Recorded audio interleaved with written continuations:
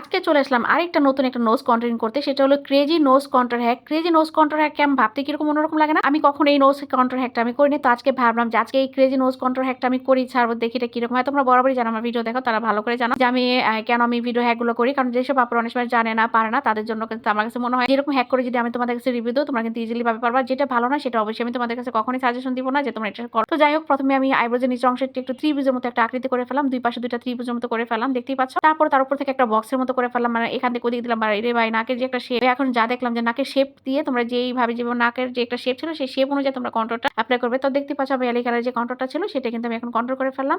আমার নাকের যে প্রত্যেকটা এরিয়া, যে প্রত্যেকটা মনে করো প্রত্যেকটা বাউন্ডারিতে খুব সুন্দর করে করে তোমরা এটা অ্যাপ্লাই করে ফেলবে। তো বাউন্ডারি করা কিন্তু শেষ। এখন আমাকে যেটা করতে হবে, সেই নাকের আগাটা কিন্তু বাকি আছে, সেই নাকের আগে কিন্তু আমি ভি শেপ দিয়ে নিছি। এখন ভি শেপের মাঝখানে দেখলাম একটা টোকার একটা বৃত্ত দিছে, যেহেতু ক্রেজি নোজ কন্ট্রোল, বাপরে বাপ কি একটা নাম বলো তো, কি সুন্দর একটা নাম দিছে।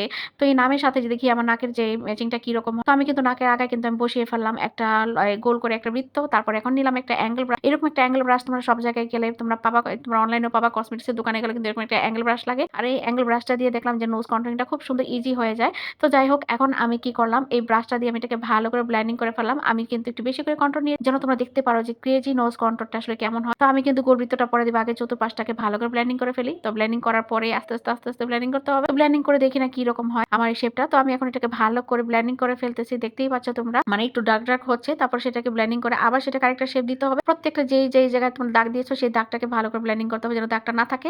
তারপর এই যে দেখো, আমার কিন্তু নাকের আগে অল্প একটু মানে ফাঁকা আছে, আর এই যে উপর আমি একটু হাইলাইট করে ফেললাম, আর একটু কনসিলার দিয়ে দেখো, এই কনসিলারটা দিয়ে হাইলাইট করে আবার সেখানে আমি বৃত্তের মতো করে ফেললাম। এই তো হয়ে গেছে, কিন্তু মনে হচ্ছে নাকটা কেমন খাড়া খাড়া হয়ে গেছে। তারপর আবার একটু কনসিলার উপর দিকে দিয়ে দিলাম, কারণ সেই আপুটা যেভাবে করছে সেইভাবে কিন্তু আমি করার চেষ্টা করতেছি।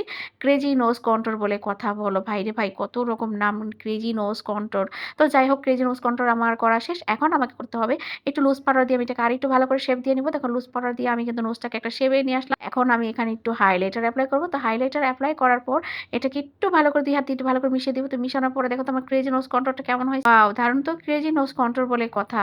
আমি বুঝলাম না নাম কেন হলো ক্রেজি নোজ কন্ট্রোল। আসলে ক্রেজি নোজ কন্ট্রোলকে ক্রেজির মতো হয়েছে, আমি অবশ্যই তোমরা জানাবা। আর তোমাদের উপর ডিপেন্ড করলে অনেক আপুরা কিন্তু চুলকানি আছে, তারা কিন্তু অবশ্যই বলো এটা কি করছেন। কিন্তু হ্যাঁ, একবার চিন্তা করে দেখেন সেই আপুটা কি করছে, আমি কি করছি, সেম ভাবে করার চেষ্টা করতেছি। তো দেখো আমার ক্রেজি নোজ কন্ট্রোলটা সুন্দর হয়েছে। তো তোমরা যাদের বোঝা না কাছো তারা কিন্তু এইভাবে ক্রেজি নোজ কন্ট্রোলটা করতে পারো। তো আজকে আমি দেখলাম, সে ভালো থাকবে, আল্লাহ হাফেজ।